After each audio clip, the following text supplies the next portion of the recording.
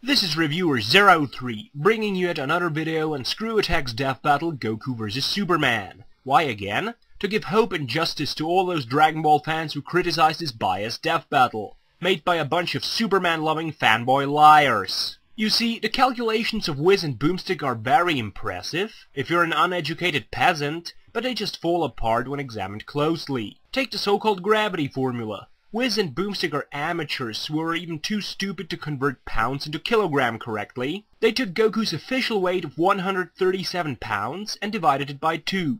Thus they got Goku's weight at 68.5 kilogram. Now they divided the 40 tons he lifted plus his weight by this number and should have gotten 585, but got 586 instead. However, 1 kilogram are 2.2 pounds, meaning that when Goku lifted these 40 tons, he was lifting the equivalent of 646 times Earth's gravity. Thus, even by using their own flawed and made-up formula, they made Goku weaker than he actually was. You really want to believe the calculation of people that can't even convert pounds into kilogram correctly? But it doesn't even matter, because gravity and weight are pointless to calculate Goku's strength. Planet Vegeta had 10 times Earth's gravity, yet Goku as a mere baby could take this pressure, and yet as a child he was one of the weakest Saiyans ever. If we applied a gravity formula, then it would mean that adult Goku was only 65 times stronger than baby Goku, and that he could easily blow up planets as a baby. You see how absurd this is? And both Raditz and Nappa, who spent years of their lives on planet Vegeta, were weaker than Goku after he trained at 10G for half a year.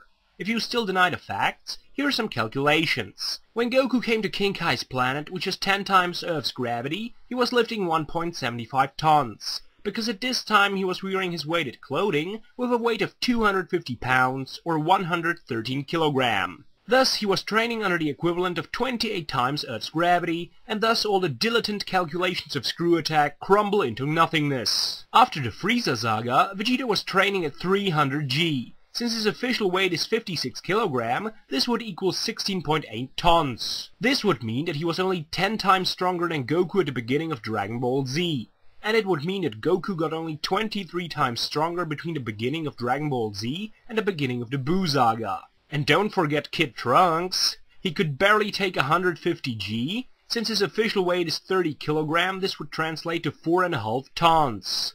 Yet as a Super Saiyan, he was stronger than Android 18 at the Martial Arts World Tournament. While Vegeta, who trained at 2 times the amount of gravity, or 3.7 times more weight, was far weaker than Android 18 when he turned Super Saiyan. So here you have it. The gravity formula is a bunch of made-up bullshit, created only to give Superman even a remote chance of defeating Goku. Power levels are the only reliable way to calculate Goku's strength. They are not pointless as wrongly claimed by many people. You really think that Frieza's empire would produce and distribute scouters, devices that measure the power level, to their soldiers if power levels were pointless? And why is every character shitting their pants when they see that the power level of their opponent is larger than theirs? Because power levels show the level of power, the level of energy output. If you have a higher power level than your opponent, your energy output is higher as well.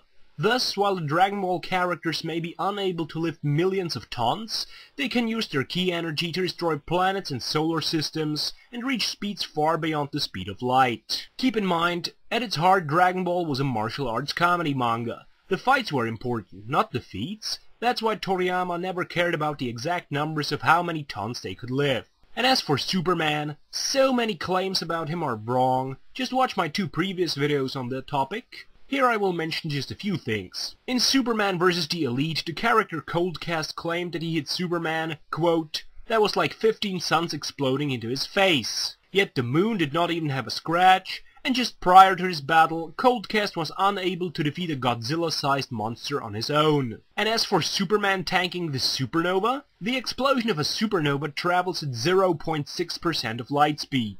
So if Superman really was faster than light, or even close to the speed of light, he should have had no problems outrunning it. Also, due to his small size, no more than 0.1% of the force of a supernova would have hit him, reducing his durability from 10 octillion to 10 septillion megatons.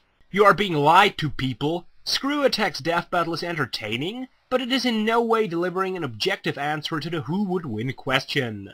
They are a bunch of people who pretend that they did their research, but in reality they have no idea what they are talking about. This is clearly visible when they did let Rainbow Dash win against Starscream, when they did let win a pony that has difficulties to pull Fluttershy, or to get her wing out from under a rock against a giant killer robot.